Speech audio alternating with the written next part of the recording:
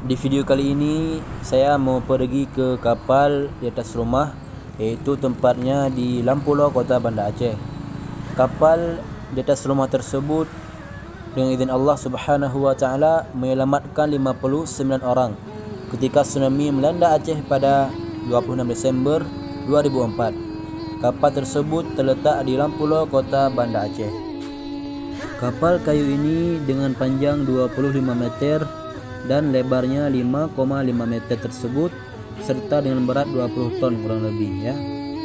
Adapun jejak sejarahnya saat itu sehari sebelum tsunami melanda, kapal kayu tersebut berada di Sungai Kedung Aceh pada tempat Dutch King kapal. Dan di dalam kapal kayu tersebut pun juga terselamatkan 59 warga yang dilanda musibah gempa dan tsunami 18 tahun yang lalu.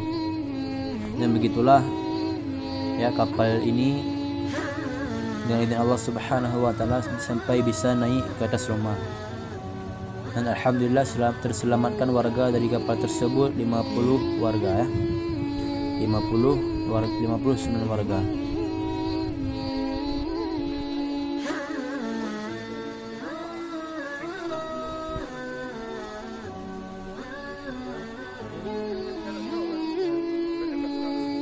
Beginilah kapal kalau kita lihat lebih jelas lagi ya, lebih dekat lagi. Seperti ini kapal, kurang lebih panjangnya 25 meter dan lebarnya itu 5,5 meter, beratnya kurang lebih 20 ton.